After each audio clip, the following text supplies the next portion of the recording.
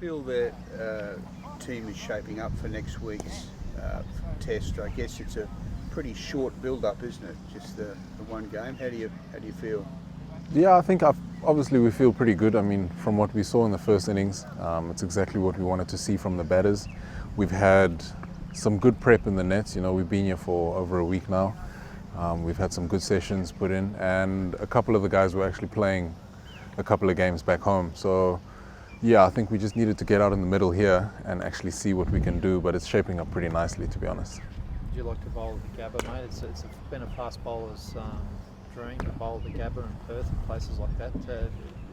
What's your impressions of the Gabba watching it from afar? I'm very excited, obviously. I mean, we know Australia is known for their fast bowlers as well, so to come here as a fast bowler, you know, you're really excited for what's on offer. And yeah, looking forward to it. I've never played there, so it should be interesting, but I'm well aware of what the other wickets are capable of. But yeah, I'm looking forward to bowling there. And you know, you're saying it's a fast bowler's paradise, so I guess I got a big smile on my face for that. Always do.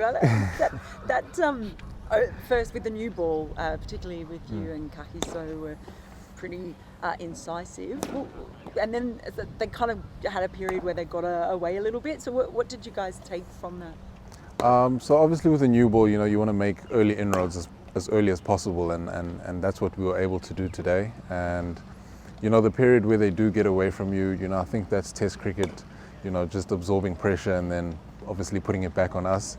And in that situation, you just got to try find the best way to keep it quiet. And you know, probably on a wicket like this, there was a lot on offer for us, so that played into our hands very nicely. But yeah, I think we pulled it back pretty nicely.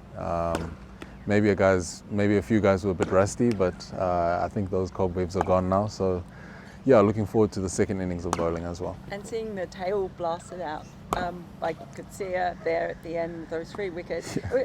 He'd gone for a few runs sort of earlier in the day, and obviously for him this is a new experience. So was there stuff that you were saying, and how did you think about the way he responded? Yeah, I think his role in the team is pretty specific. So I mean, he runs and bowl at high pace. You're bound to go for a few runs here and there. So that's when other guys like myself come into play, where you try to give him as many runs as possible to play with. So, you know, no pressure on him. Run in, bowl quick, that's what you do. And I think we saw it at the end there, what he's capable of doing to the tail. So if we can just fine tune that a little bit more, I think he can be a very deadly bowler for us. Can I ask you about Coetzee and his tour here last time? How big an inspiration was that watching him? This is where he made a name for himself, obviously. Initially, he's made a name for himself since, but what sort of influences he had and what he did on that tour where South Africa won? Yeah, obviously that's a massive inspiration, and I think as our spearhead now of the bowling attack, he's probably going to lead by example. You know, a lot of our guys follow suit with that, and yeah, we're looking forward to it. I mean, there's a lot of youngsters here as well who can make a name for themselves on this tour, so that's probably something they'll be looking to do as well. But just having him in our change room, I think, is a massive motivation and a booster for us going out to play against Australia. You obviously see this as your chance to stamp yourself, make your name too. Yeah, I mean, well, I've been playing Test cricket for a couple of years now, so I guess I just got to do my job, to be honest. Don't try to go over the top, keep it simple. I think that's what's worked for me over the years, so just go out there and do that pretty much. South Africa have had 3 very good tours here in a row. Have you tapped the wisdom, I mean, you mentioned Rabada, but have you tapped the wisdom of previous bowling attacks who have done well here over the last 12 or so years? Yeah, you know, we obviously are in communication with guys like that, and over the years when they were still with us, they would share that information.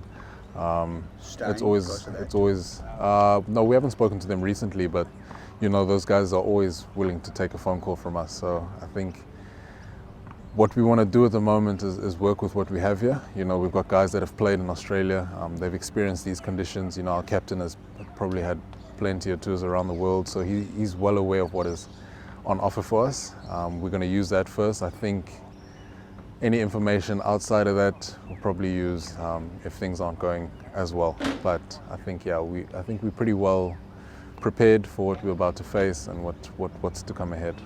A few of the Australian batters are in particularly good form at the moment, pretty difficult to prize from the crease, the likes of Marnus Labuschagne and Travis Head, Steve Usman Khawaja. So I guess how the fact that they're in such good form, does that make you more excited about going and testing yourself against those guys?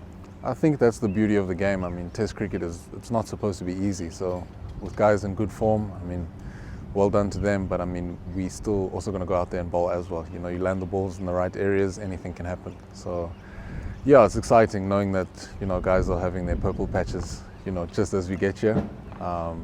So yeah, I think once we actually get out there and the battle starts, I mean, that's where everyone's going to see what happens in the end.